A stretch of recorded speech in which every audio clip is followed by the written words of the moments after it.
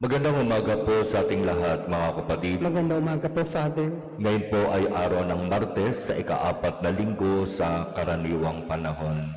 Iba't ibang kwento ng pakikipagrelasyon sa kapwa, lalo na pakikipagrelasyon sa mga mahal sa buhay ang ating narinig ngayon. Mula sa unang pagbasa hango sa ikalawang aklat ni Samuel, narinig natin ang kwento tungkol sa mag-amang David at Absalom. Itong si Absalom, pinagplanuhan niyang patayin ang kanyang sariling ama. At alam ito ni David. Kaya nga sa pakikipaglaban, pinayuhan si David ng kanyang mga kasama, huwag nang sumama sa kanyang hukbo para hanapin at patayin si Absalom. At hindi nga sumama si David. Pero ayon sa unang pagbasa, sa hindi inaasahang pangyayari, nasabit sa puno o sa sanga ng puno itong si Absalom habang sakay-sakay ng kanyang sinasakyang hayop.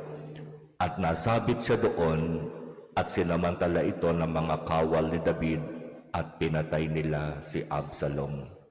Sa halip na matuwa sa balita, tumangis si David sa pagkamatay ng kanyang anak na una siyang gustong patayin.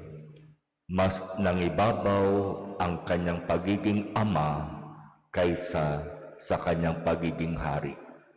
Talagang mas matindi ang kung ano ang tinatawag na lukso ng dugo kaysa sa matinding away o matinding alitan. Sa Ebanghelyo, isang pinuno ng kawal ang nagmakaawa kay Jesus para sa kanyang anak. Nagpatira pa, nakiusap, "Kung maaari po sana, sumama kayo sa akin. Agaw buhay ang anak kong dalagita." At wala nang marami pang sabi-sabi, sumama si Jesus. At hindi nagtagal ay may dumarating na mga tauhan itong pinuno na ito galing sa kanilang bahay. "Huwag na ninyong abalahin ang guro. Patay na ang inyong anak."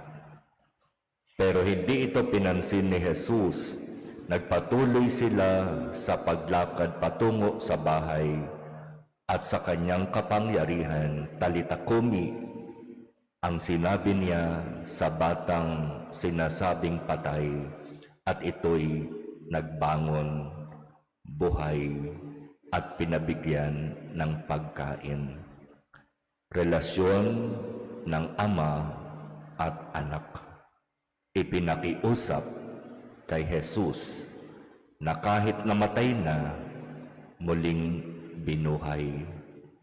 At nandirito rin ang kwento tungkol sa isang babae na 12 taon nang dinudugo. Halos naubos na ang kanyang pera sa kapapagamot sa iba't ibang doktor at wala na talaga siyang kapag-apag-asa.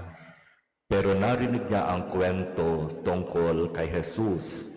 Kaya sinabi niya sa kanyang sarili, "Mahipo ko lamang ang laylayan ng kanyang damit ay gagaling ako." Pananampalataya nitong babaeng ito kay Jesus.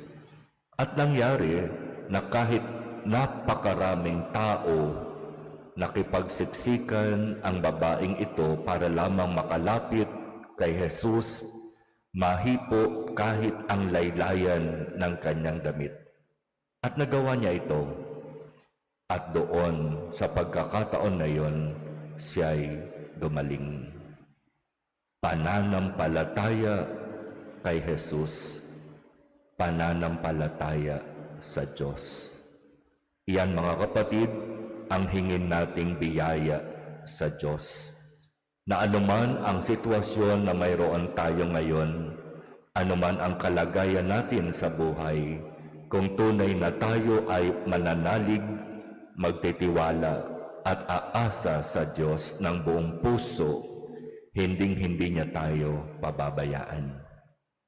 Kapistahan ni San Blas, kinikilalang patron ng mga may sakit sa lalamunan. Ano ba naman ang magagawa ng kandila na ilalagay sa ating mga leeg? Kaya bang pagalingin ng mga kandila na yan ang ating mga sakit, lalo na sakit sa lalamunan?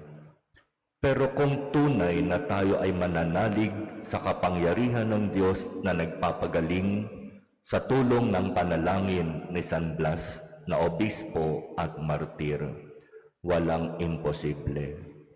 Mapapagaling tayo ng Diyos kung katulad ng mga narinig nating kwento sa ating ebanghelyo at sa ating mga pagbasa ngayon, tunay tayong magtitiwala at ibibigay ang ating pag-asa sa Diyos. O Diyos na nagpapagaling, hilumin mo nawa ang aming mga karamdamang pisikal, espiritual, emosyonal. Amen.